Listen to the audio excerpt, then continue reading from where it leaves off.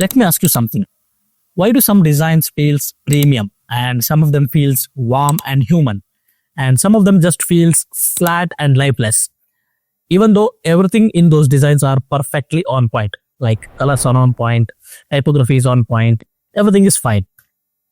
Well, the answer is textures. In this video, we are going to learn what textures really means in graphic designing and how most of the designers are misusing it, and how you can use textures to improve your design's depth, realism, and emotions without making your designs messy. So if your design feels clean but boring, this video is just for you. Make sure to watch till the end.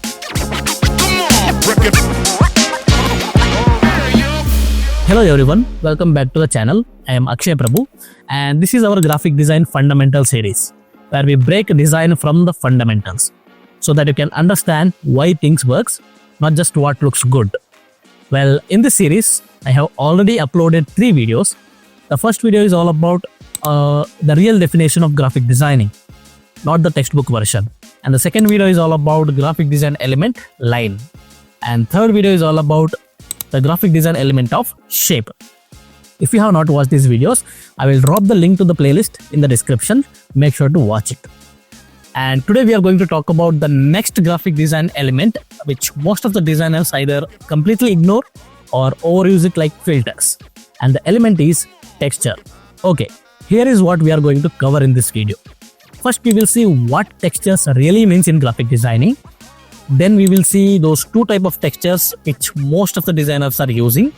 And then we will see how textures affects the emotion and realism of your designs.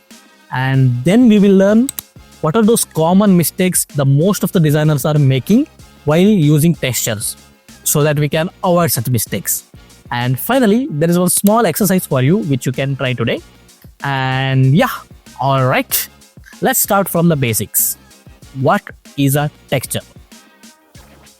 In simple words, if I have to tell you, texture is nothing but how a surface feels.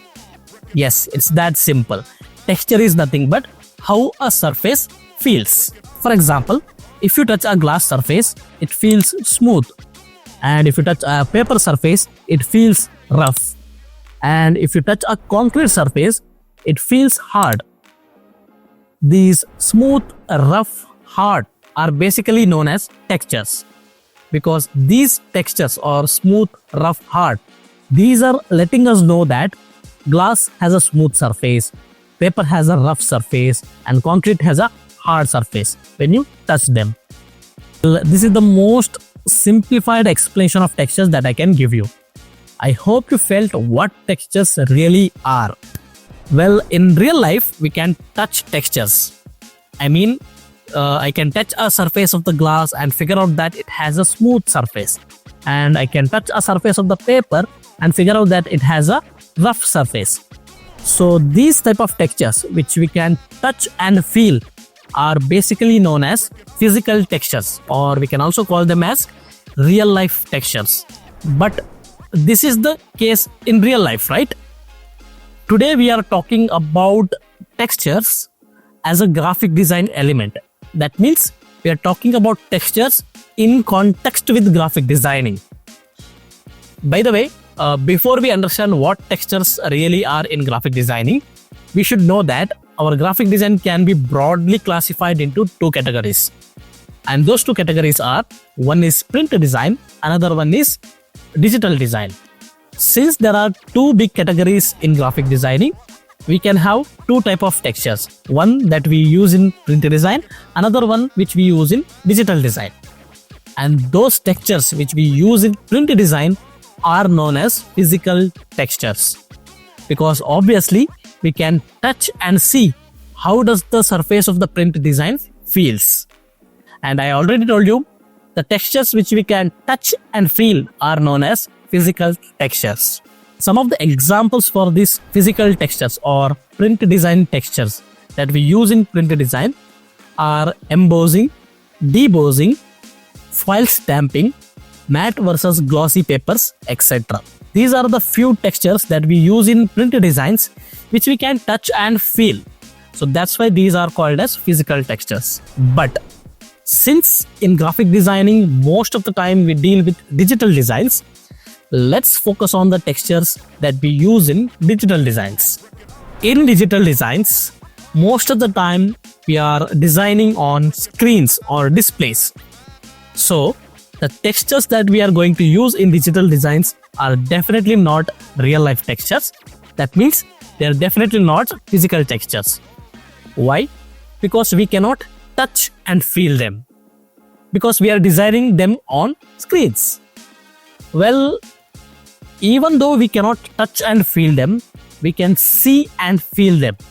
So such type of textures which we can see and feel are called as visual textures. So the textures that we use in digital designs are called as visual textures. Since we can only see and feel them, the name is visual textures. Some of the examples for these visual textures are grain or noise texture, paper texture, fabric texture, dust, scratches, brush strokes, etc. These are the textures which you cannot touch and feel because they are not real, they are digital. But when you apply these to your design, you can see and feel them. Well, whenever I do these kind of videos, my primary intention is to make a beginner designer to understand what I am trying to explain.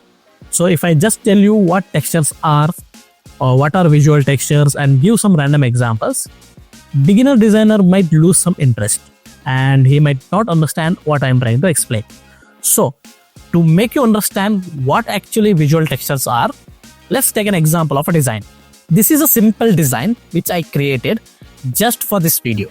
If you look at this, it looks completely flat, boring and lifeless. Now, if I add a paper texture to same design, it will look something like this. Suddenly, by adding a texture, design became alive. There is some depth to the design. It feels real. Even though we cannot touch and feel, just by seeing out this design, we can feel that this design has a rough paper texture. This type of textures which we cannot touch and feel, but we can see and feel are called as visual textures. Okay, I hope you got a clear idea about what is a visual texture. Now, since we know already what it is very important for us to know the real importance of visual textures in design.